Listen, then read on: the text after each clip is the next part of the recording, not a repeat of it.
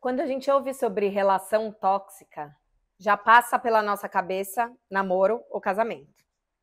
Mas a verdade é que muitas vezes você tem muito mais pessoas tóxicas na sua vida do que você imagina. E é exatamente sobre isso que eu quero falar hoje, sobre familiares e amigos tóxicos. Assim como a gente subestima a potência dos vínculos das redes de afeto, eu percebo que a gente também subestima o potencial tóxico e destrutivo dessas redes de afeto. E a verdade é que as pessoas que mais te conhecem também são as pessoas que mais conhecem as suas vulnerabilidades, os seus calos, as suas noias e os seus medos. E muitas vezes são nesses lugares que elas te machucam, dizendo que estão cuidando de você. São essas pessoas que mais sabem onde te machucar. E como muitas vezes elas seguraram a sua onda em momentos difíceis, você até se culpa por achar que elas estão sendo tóxicas. Eu tenho estudado muito as relações afetivas e eu vejo que a maioria de nós aprendeu a amar e ser amado em dinâmicas que envolvem dependência, codependência, controle, manipulação, culpa e chantagem emocional. E inconscientemente, a maioria de nós está vampirizando uns aos outros. A gente se tolhe, se machuca, se intoxica, dizendo que é amor. É como se todos nós fôssemos lobos em peles de cordeiro. E hoje eu trouxe 8 perfis de familiares e amigos tóxicos para você prestar atenção. Não só para prestar atenção se eles estão ao seu redor, como para prestar atenção se você está sendo assim também. De novo, não existem vilões e coitados. O que eu quero aqui é ajudar com que você perceba as dinâmicas disfuncionais dos seus afetos para você poder reestabelecer as relações de uma forma mais amorosa, saudável e possível. O primeiro perfil é o eu cuido de você. Essa é a questão central da codependência e provavelmente você vai se identificar, porque a maioria dos pais e mães cuidaram e criaram a gente assim, nessa dinâmica de codependência, e aí você vai replicando essa dinâmica tanto com namorados quanto com amigos. Dependência emocional é um termo muito conhecido, e enquanto dependente depende de alguém para que ele se sinta amado, o codependente depende que alguém dependa dele para que ele se sinta amado. É aquela pessoa que quer ser útil, sabe? E como a gente aprendeu que cuidado é amor, que quem ama cuida, quando a gente está com alguém que cuida muito da gente, mas que está cerceando, que está incapacitando a gente muitas vezes não percebe isso, né? Porque a pessoa está cuidando. E quem ama, cuida. E o codependente cuida como ninguém. Ele resolve todos os pepinos do seu dia a dia, os seus perrengues financeiros, te dá apoio emocional, arruma o seu currículo no LinkedIn, organiza as férias, já faz as compras do supermercado, faz o seu imposto de renda, monta um cardápio. Nossa, ele é tão legal, proativo, né? Sabe aquela pessoa que, assim, leva a malinha de remédios, assume todas as responsabilidades da turma, responsabilidades que não são dele. E aí essa pessoa tá devotada ao bem-estar do outro, sabe? Assim, quase que santificada. Você fica culpado de ficar incomodado com essa pessoa. E aí o que eu quero trazer, a provocação é, essa pessoa cuida porque te ama ou cuida porque não se ama e quer ter certeza de que vai ser imprescindível para que você não abandone ela. Muitos pais e mães atuam com a gente nessa chave. E aí a pessoa segue sendo codependente, achando que está tendo um coração gigante e enche a boca para falar, eu abri mão dos meus desejos para cuidar dessa família, sem perceber que isso é um movimento tóxico e autocentrado. E aí, quando a gente está focando no bem-estar do outro e dizendo que isso é amor e devoção, muitas vezes essa pessoa não percebe que ela está usando de manipulação, né? Sabe mãe que faz chantagem, namorado que faz chantagem, depois da barra que eu segurei por você, o dinheiro que eu emprestei para o seu irmão, agora você vai terminar comigo? E além disso tem outro ponto, que quando essa pessoa faz esse movimento de cuidar de você, é quase como se ela dissesse assim, eu cuido de você porque você é frágil, porque você não vai dar conta, porque você não consegue fazer sem mim, porque você não vai aguentar o tranco. E aí quanto mais a pessoa fala isso, mais você vai se sentir insegura, sabe? A pessoa que te protege de tudo porque você não tem estrutura e você começa a achar que você é frágil. Eu não sei se vocês já assistiram, mas eu queria recomendar o Sharp Objects. É uma série incrível de uma mãe que drogava a própria filha para cuidar dela, porque a filha se sentia doente e aí a mãe cuidava. Quantas pessoas fazem isso inconscientemente com a gente? A amiga que sem querer começa a falar uma história do seu ex-namorado para te deixar incomodada e aí ela cuida. O pai que resolve todos os seus pepinos financeiros, mas depois também quer que você siga os passos dele. Essa pessoa te infantiliza porque quando você toma uma decisão diferente, ela vê o seu papel de cuidadora ou de guru ameaçado. Logo, ela te desencoraja. Te desencoraja a ir por outro caminho, te desencoraja a ver que você é capaz, a ver que ela pode ser uma companhia, mas que ela não precisa ser um alicerce, sabe? E como a maioria de nós é inseguro e se sente insuficiente, a gente acaba vendo essas pessoas como alicerces e se tornando refém delas. E o pior, a gente se sente em dívida, porque como essa pessoa faz tanto por você, você fica sem graça de dizer não. Não, hoje eu não quero, não, obrigada, não, eu vou fazer minhas coisas, eu vou escolher minha viagem, hoje eu não posso. Você tem que poder dizer não. E uma relação precisa sustentar esses nãos. A gente precisa poder estar nessas relações de igual para igual e sair do lugar de mamãe e filhinha. Somos todos adultos. Só que se a gente não prestar atenção para isso, a gente volta a se infantilizar, atrofia as nossas capacidades e começa a temer os conflitos. E aí você segue se vendo pela lente dessa pessoa, que te infantiliza e faz com que ela seja necessária para você. E o pior é que ela vai fazer de tudo e ainda vai jogar na tua cara que não é suficiente, sabe? Depois de tudo que eu fiz com você. Ou a amiga que fala, agora que você namora, você esqueceu de mim. Ou, bom, a mãe, sabe? Se não gosta mais da minha comida e da minha companhia, não precisa aparecer. Você só vem aqui quando lhe é conveniente. Presta atenção. Se o cuidado e o carinho sempre vêm com cobranças ou cerceamento das suas capacidades e liberdades, isso não é cuidado e carinho. Isso é esse primeiro perfil tóxico. O segundo perfil, que é ali parente desse eu cuido de você, são os pais ambulância. Aqueles que só aparecem em situações de emergência. Quando você está doente, quando você briga na escola, quando você tem crise de choro, quando os seus filhos estão desesperados, quando você brigou com seu marido. Sabe aqueles pais que trabalhavam demais, estavam ausentes, estavam em casa, mas não estavam, mas aí quando você tinha um problema, eles vinham cuidar de você? Se você teve pais que são ambulâncias, você provavelmente está dentro dessa vinculação tóxica e aí você sempre vai dar um jeito de sentir que você está em perigo, de boicotar a sua vida para que alguém possa vir cuidar de você. Sabe criança que fingia que estava doente para não ir na escola e para que os pais cuidassem da gente? Se você tem pais ambulância, você vai seguir alimentando essa dinâmica com eles e vai entender que o amor está ligado à sua incapacidade. Aí o terceiro perfil de familiar tóxico é o oposto desse. São os pais-filhos. Sabe aqueles pais que têm problemas emocionais, que se sentem coitados, muitas vezes eles têm vícios, problema com dinheiro, com drogas, com doenças de saúde mental, pai alcoólatra, pai deprimido crônico e que não vai se cuidar? São pais que olham para você agora e te cobram o cuidado deles. E isso pode ser muito tóxico. Bom, eu cuidei de você quando você era pequeno, depois de tudo que eu fiz por você, e agora você não tá nem aí para mim?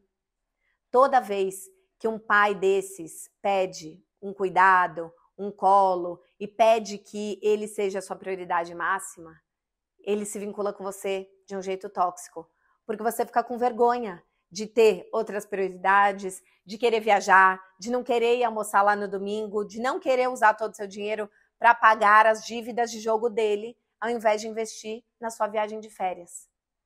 Presta atenção, porque a gente se sente naturalmente em dívida com os nossos pais, mas se a gente tem pais-filhos que se infantilizam, muitas vezes a gente está mantendo a codependência e só está trocando de papel. E aí você impede que a sua vida se amplie, você impede a sua maturidade, a sua adultez, porque você sente que você vai estar ferindo o amor pelos seus pais. Amor não precisa ser estar lá o tempo inteiro e resolver o problema dos outros. O quarto perfil de amigo e familiar tóxico é a pessoa gabarito que diz que sabe quem você é. Sabe a pessoa que usa a intimidade e os anos que ela te conhece como atestado de tipo sanguíneo? Quando tá tudo bem, ela fala, eu te entendo. E aí parece ótimo, porque é ótimo mesmo, né? Sei lá, você brigou com seu namorado, com sua chefe, com a sua irmã, e aí aquela pessoa fala, não, amiga, mas eu te entendo. Você é assim. Aí você fala, que bom, alguém me entende.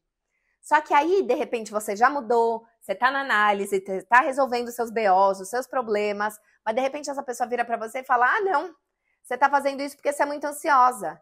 Eu sei quem você é. Ela te coloca um crachá. Não, você é ansiosa. Você é a que arranja a briga. Você é emotiva demais. Você até pode ser emotiva, mas talvez naquele momento você não foi emotiva. Só que como você também se sente em dívida com essa amiga ou com esse familiar, porque eles seguraram a onda em momentos onde outras pessoas não te entendiam, você não percebe que essas pessoas estão puxando seu tapete e não estão deixando você mudar. Sabe pessoas que falam, eu te amo apesar de? Duvide disso. Porque é a pessoa que te fala assim, bom, só eu vou aguentar o seu excesso de controle. Só eu vou aguentar a tua bagunça. Olha, eu te amo apesar das suas loucuras. Eu te amo apesar de você ser muito sensível, de você ser muito teimosa. Toda vez que a pessoa te ama apesar de, ela reforça que traços seus que são humanos são defeitos.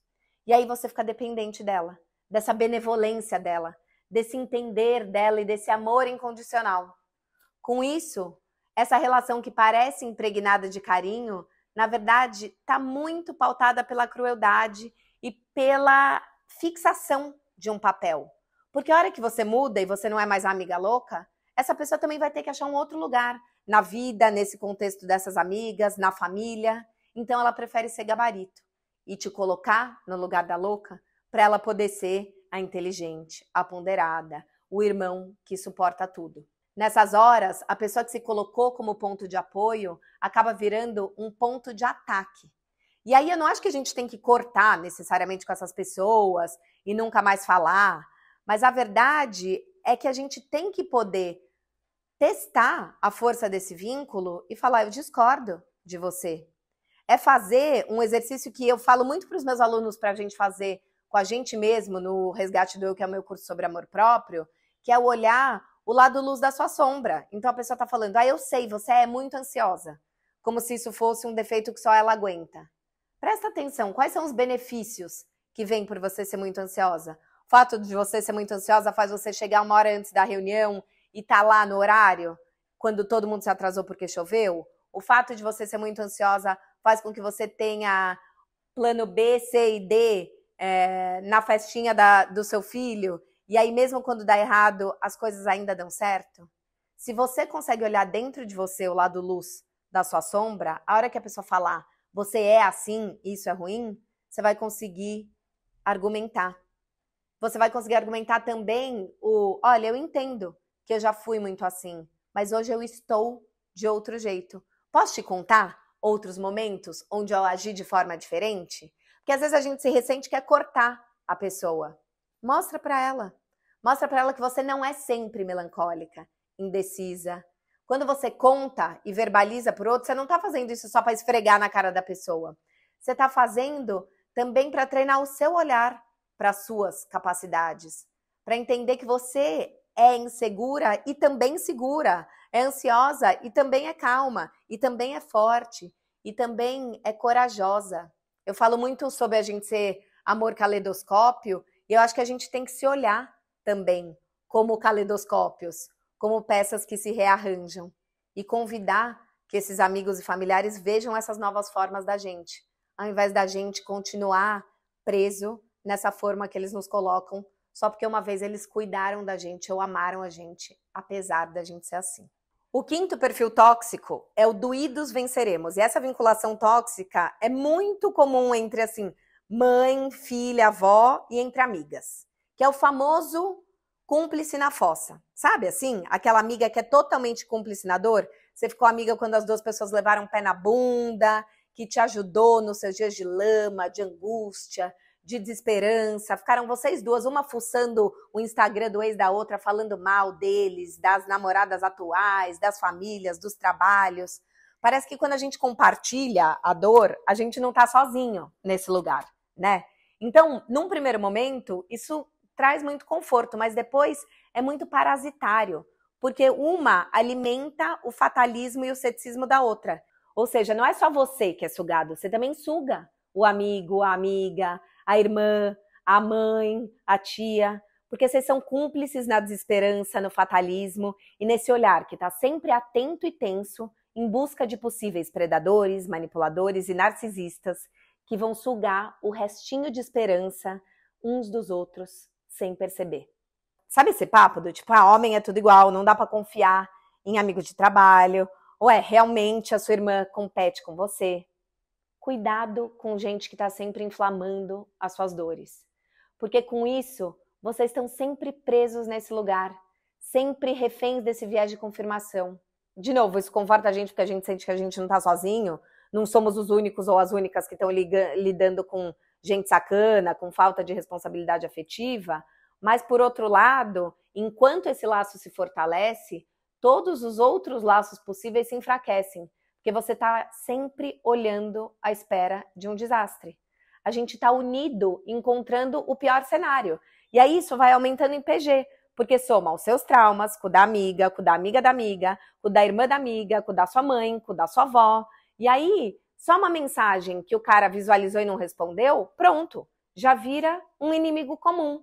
Não, porque o homem que faz isso tá te enrolando, porque o Pedro fez isso comigo e tinha outra mulher, porque você não sabia que desde a época do seu pai, todos os homens dessa família atraem as pessoas. Ficamos todas juntas na descrença para não estarmos sozinhas. E aí a gente fica sozinha, ou fica amargurado.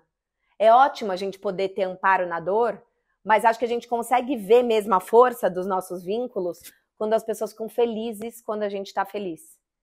Que bom poder pedir colo, que bom que a gente pode pensar que doídas nós venceremos, mas nós venceremos porque nós buscamos nos curar, e não porque a gente se mantém aqui cúmplice nessa dor.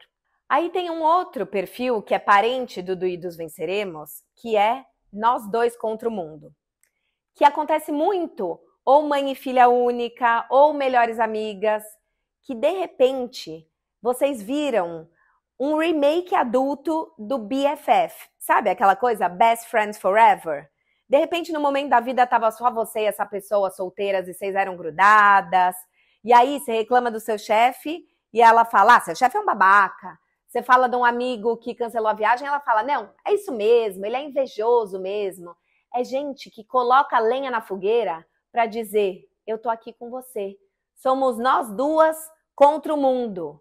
Isso, ao mesmo tempo, é manipulação e infantilização, porque é quase como se essa pessoa achasse que você não fosse capaz de lidar com o fato de que você errou, de que seu chefe tem um pouco de razão sim, de que sua irmã, às vezes, é egoísta, mas muitas vezes você também é omisso nas coisas da sua família. Duvide da pessoa que defende sempre você e coloca todos os outros como vilões. O nosso lado narcisista, egóico, gosta das palmas, né?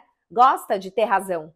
Mas se você cria esse tipo de relação com uma amiga, com um namorado, com um cara que você tá saindo, a hora que você quer dar um toque na pessoa, falar que talvez ela tenha errado, que não foi bem assim, ela vai se sentir traída. Ela vai falar, mas eu defendo você, mas eu dou sempre razão pra você no seu trabalho, no seu relacionamento com esse cara abusivo, na sua irmã. Quer dizer, aí você vai seguir se juntando para falar mal dos outros, para que só vocês compreendam como ninguém uns aos outros. A gente precisa entender que a força do vínculo não se dá pelo fato de alguém perceber toda a nossa potência e achar que a gente é perfeita, nunca errou. A potência dos vínculos estão no fato das pessoas estarem lá com a gente mesmo quando a gente erra. Tá na gente se manter juntos numa lógica que não é simplista, que não vitimiza nem infantiliza, que não cria essa dinâmica de que você sempre tem que concordar com o outro para que vocês possam se amar e que vocês sempre têm que estar disponível, sabe? E eu acho que isso acontece muito em casal, Mas também tem com amigo, que assim, a gente concorda em tudo. Nossa, a gente concorda em tudo, mesmas opiniões, mesmos programas, até que vocês não concordam. E aí vocês escutam, nossa, você não era assim. Eu já passei por isso com amigas. E essa falsa ideia de que a segurança está na semelhança nos desautoriza a ser quem a gente é. E se a gente não é quem a gente é com a nossa família e com os amigos, não pense que você vai ser quando o novo namorado ou namorada aparecerem. Aí a gente tem um próximo perfil, que é aquele famoso tô falando, mas é pro seu bem. Sabe essas pessoas que do alto da sua sabedoria e amor acolhem menos e educam mais? Educam não, né? Doutrinam. Porque tem muito pai e mãe que são assim, mas também tem muito amigo, tem muito chefe, sabe? Figuras que são referências, mas aí você demora para entender que essa é a opinião deles, não é a verdade absoluta. Sabe? Aquela pessoa que fala assim, não, mas eu tô falando porque eu quero ser o melhor. E aí elas vêm cheias de críticas construtivas, sabe?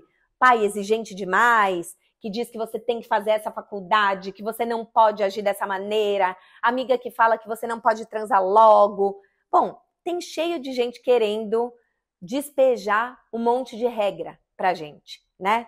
Pessoas que pesam as mãos nas críticas e fazem com que você sempre sinta que não é bom o suficiente, que você vai ter que voltar para lá e dizer, mas o que você acha? O que você acha que eu tenho que responder para o meu chefe? Você acha que eu tô certa ou eu tô errada? Eu deveria ou não deveria ter brigado? É quase como se ao invés de amigos, parentes, essas pessoas se colocassem como coaches e terapeutas, sabe? Elas estão lá sem nenhuma formação em psicologia, em psicanálise, te dizendo o que é o melhor a ser feito. E sempre tem esse lugar que é um pouquinho a mais. Não é uma pessoa que está ferrada igual a você. Ela tem um ar de sabedoria ali, né? Uma coisa meio freudiana. E você fica sendo problemático e ela, a pessoa analítica, né? Pede para ela descer. Deita os dois no divã, na cama, bebam os dois juntos, para que vocês possam ter humanidades compartilhadas. Para que você também possa apontar os erros dos outros, né? Senão a gente está sempre aqui, se desempoderando, se diminuindo e achando que a gente precisa dessa pessoa. E aí, nesse lugar do tô falando, mas é pro seu bem, também tem o grupo das pessoas que fazem as fofocas não solicitadas. Sabe aquela amiga que vira pra você num dia que você tá ótima, num bar, dando risada e fala, ai, você não sabe, viu, Cláudio, seu ex-namorado, com a namorada nova dele no restaurante. Nossa, que mulher bonita, né? Ela é alta, super chique. Pra quê? Pra quê que essas pessoas vêm contar? Ou, nossa, aquela vaga de trabalho que você não passou, você sabe quem passou, né? A Mônica, aquela mulher que, pega todas as vagas incríveis que você pega e que, inclusive, já pegou o Cláudio, seu ex-namorado, que hoje tá com aquela pessoa. Apenas não falem. E aí, já que muitas vezes as pessoas não têm bom senso, para você não ter que cortar elas da sua vida, fala você, olha, a gente acabou bem, tá tudo bem, mas eu não tô afim de saber da vida dele. Aprendi com a neurociência, com a Carol do Amores Possíveis, que longe dos olhos e dos ouvidos, longe do coração, não conta pra mim. Não coloca mais lenha na fogueira. E aí, quando a pessoa diz que tá falando mais é pro seu bem, e tá ali constantemente fazendo críticas construtivas, para você sair dessa vinculação tóxica, você tem que aprender a se defender também. Então, ao invés de pedir colo pro pai, pra mãe ou pra tia que criticam, vai pedir colo para quem é bom de colo, para outras pessoas da sua rede de afeto. E aí, por último, a gente tem o tipo quem avisa, amigo é, que é tipo um sonrisal na água, sabe? Que na melhor das intenções vem trazer uma pulguinha atrás da orelha e vai levantar medos ou assuntos que você nem queria falar. E aí eu vejo que tem dois movimentos bem comuns nesses familiares e nesses amigos tóxicos. Primeiro é aquela pessoa que fala, se prepara. Sabe a sua síndrome de impostora? Que você gasta rios de dinheiro na terapia para tentar domar? Essa pessoa que quando você conta que você passou naquela vaga da multinacional e que você está muito feliz, que você vai ter uma equipe de 15 pessoas, ela vem e fala, se prepara, hein? Porque cargo em multinacional que tem que trabalhar um monte de horas, tá sempre todo mundo querendo puxar o tapete, equipe grande de gente que chega de outro lugar tende a não respeitar, se prepara. Ou você vai morar junto e você tá super feliz, porque você tá num momento super gostoso com seu namorado e a pessoa vem, se prepara, hein? Porque rotina destrói um casal. É tipo um choque de realidade que você não precisa quando você tá vivendo um momento bom da tua vida. E não é que você tá iludido, você sabe que rotina é difícil, você sabe que chefiar 15 pessoas vai ser um desafio, mas podemos curtir? A pessoa não precisa levantar possíveis problemas para já te deixar noiada agora. E aí, de novo, ao invés de vilanizar a pessoa, redireciona e constrange ela pelo positivo, né? Falar, eu sei, né? Mas também vão ter todas essas coisas boas. Ah, vamos brindar essa promoção. Eu faço questão. E olha, o vinho é por minha conta, porque eu ganhei um aumento. Aí você já brinda, já tira essa nhaca desse lugar e ajuda essa pessoa a sair dessa zica para você. E aí, o que eu acho que é importante a gente fazer quando a gente pensa nesses perfis de família e de amigos tóxicos? Antes de cortar a pessoa da sua vida, você pode sim tentar ressignificar a relação. Eu sou uma pessoa que é sempre a favor da tentativa, do diálogo. Às vezes a gente acha que a pessoa tem a obrigação de saber o que machuca a gente, de porque ela é nossa mãe e está aqui com a gente há 40 anos, ela já deveria ser assim. Mas, de novo, a gente pode sair do lugar de filhos, de vítimas, de coitados, e estar num lugar de um amor mais propositivo e construído. Se você está vendo que a pessoa está cuidando de você e te cerceando, fala para ela que você consegue se virar sozinha. Muda a dinâmica, se oferece para você para cuidar um pouco. Se a pessoa vem fazer fofoca, fala que você prefere não opinar, que você não quer saber. Se a pessoa diz que você é assim, conta momentos onde você não foi assim. Se o seu pai sempre é uma ambulância, comece a não recorrer a ele nos momentos que você estiver doente. Talvez você vai perceber que as suas doenças eram muito mais psicossomáticas do que reais. Cabe a gente também mudar o papel dentro dessas relações para ver se elas se movimentam. Eu acho que é muito infantil a gente reclamar só dos outros. Nenhuma relação é tóxica ou é disfuncional porque só um dos lados é tóxico e agressor. Muitas vezes a gente também está alimentado nessa lógica parasitária. Que ao perceber cada um desses perfis, você possa ressignificar suas relações. E eu adoraria saber quais desses 8 perfis você mais percebe na sua família e nos seus amigos. Me conta aqui, porque aí de repente a gente começa a perceber que talvez nós sejamos essas pessoas e que a gente pode viver outros papéis.